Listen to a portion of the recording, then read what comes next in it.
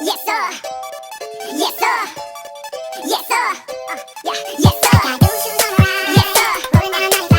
Yes, sir. You can see in my eyes. Yes, sir. I'm looking for a cutie pie. Yes, sir. We ain't gotta make love. Yes, sir. All right. Never thought I had to do this, but we're going to go ahead and do it. This is your Dear B.Simone. B.Simone, from all of us bloggers out here, I just want to say, stop it. Okay, stop. All right. Now, the part that bothers me as a very small blogger, okay, even the ones who are reporting this and getting their content, their views, they're probably getting way more likes than myself and many other bloggers who are reporting on this, right? But this is the issue that I actually have. You have a full book that is selling off the shelves. I mean, selling off the shelves that it's a lot of times people go onto the website and it's sold out. It's sold out, it's sold out, it's sold out. So, the book is doing very, very well. The question that a lot of us have is, why did you feel that you needed to steal from smaller bloggers? And I repeat, smaller bloggers. You have way more subscribers, people who follow you, everything. Instagram, and I'm not trying to say it's a hateful thing. Everybody can get to where they have to go at some point in time in their future career, whatever you want to say.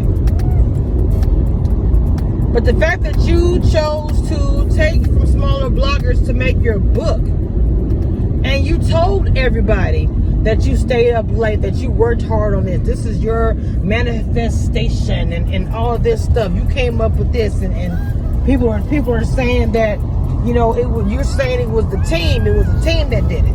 Okay, well, I know that there have been circumstances in a celebrity or whoever's career that their team was in charge of something,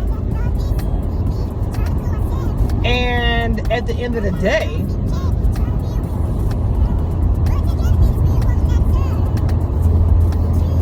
things fell short. And of course, as a person that's running it, you do have to go to your team and say, hey, what happened? Because this whole entire time, you didn't read your book before you put it out. You didn't go over manuscripts. You didn't go over samples. You didn't look at different things that was put out before it was like, okay, it's going to publishing. Okay, the first book's on the shelves. First book was sold. In between the first book being sold and for the first time this idea came about, not one time did you think to check. I'll wait. Because see, here's the thing. Here's the rub. People are already coming at you crazy because of the 9 to 5 thing. And I'm going to go ahead and throw that up in there real quick while we're talking about this book. I know women are going to say, you should be able to choose who you want to date. You should be able to, you know, date who you want and have your preferences and stuff like that. Hey, you know, this is true. If you have a person that you want to date, you know, that's your preference. That's who you want. Tall, skinny, fat, whatever. I'm just saying different things. I'm not meaning, please. But when you say you don't want a brother working 9 to 5, people are going to feel some type of way about that.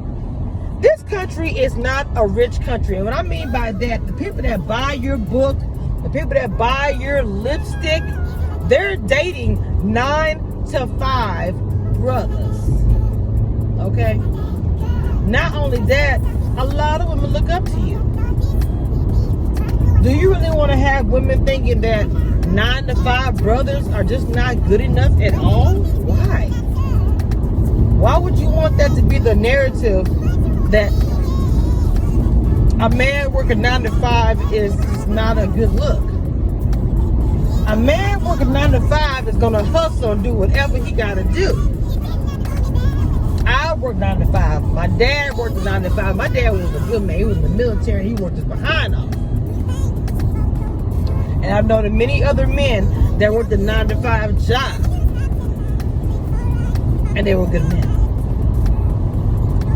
So, look, I guess, like I said, that's your preference. But because you are on the platform where people look up to you, you are on a platform where people, they value your opinion.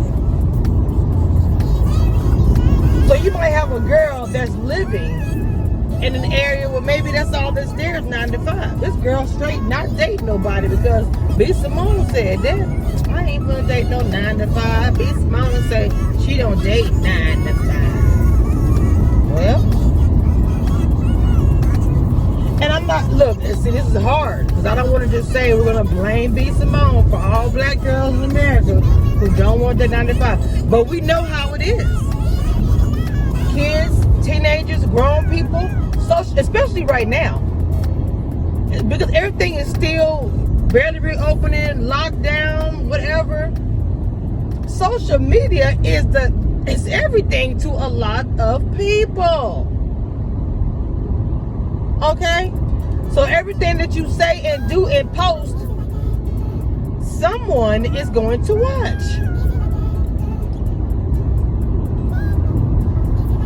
And somebody is going to pick up on what you're saying. So you might look down and say small work 9 to 5 is just not your bag, but to a lot of women, that is the only bag that they have. Okay? Your opportunity that you have, everyone is not going to have. And I do not think women realize that when they put stuff out there. And I know people are going to say, well, ooh, she's the lighter complected. I don't think that has anything to do with that. If she had a darker complexion or whatever, I would feel the same way.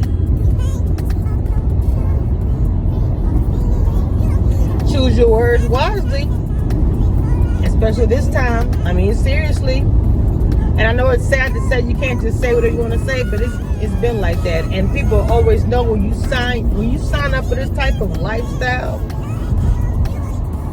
you cannot just say anything as much as you would like to. So you're going to have to take the charge of this, baby. You're going to have to eat this. Okay? So the 9 to 5, I'm not crazy about it, but I feel that's your preference. But from bloggers like myself, smaller bloggers, for you to plagiarize your book to make it seem like this is all me, and have people looking up to you like, wow, this person then dug, pulled up their sleeves, and got down and dirty, baby. And they took care of their business. Right? That's not what's being told. Now, I wasn't there at the book, so I don't know, but I'm getting bits and pieces from other people who are showing me receipts of you saying things in your book that was written by other bloggers who, I will say again, smaller bloggers like myself. And I'm going to say this too. I'm on YouTube, all right? I do stuff, I've seen it where other bloggers will copy. They'll change the wording, they'll change how they do it. Sometimes they'll be so blank, they'll just do it exactly like you did because they know good and well nobody else may or may not see, or maybe a handful will see what you did, the smaller blogger. But the bigger blogger, everybody will see what they did because they're bigger. It's just what it is. And I've been going through that since I've been on YouTube. But you done wrote a whole book. You wrote an entire book on how you feel about, the manifest and making things happen and all this kind of stuff. But this is what I was discussing with somebody today. Putting something in your mind that you want to happen. It's a beautiful thing, especially if it does. But there's other things that work and play with that, to make that manifesto happen. So that is my dear B.Simone, I know that you're going to get dragged for a couple of weeks. I am not going to sit here and say this person is not talented. I'm not going to say that. I am not going to say this person is not talented and has not made her own way. Okay? And as many black comedians, and I say black because, you know, I'm black, so y'all just go with it. Many black comedians, men that have made their way by a catchphrase or doing this or doing that, I said, B.Simone, go get yours, go get yours. But this book, girl, now I'm hearing you being sued. Unfortunately, I'm pretty sure this is not going to be the only thing we hear about as far as you being sued. There's going to be a lot more coming out. So, like I said before, don't steal from a small bloggers. Small bloggers are not there where you are. And a lot of small bloggers will just put stuff out and work hard and nobody will see it. So for someone else to come through and take what you wrote or done or idea, whatever it is, and post it and say it's theirs is wrong. Period.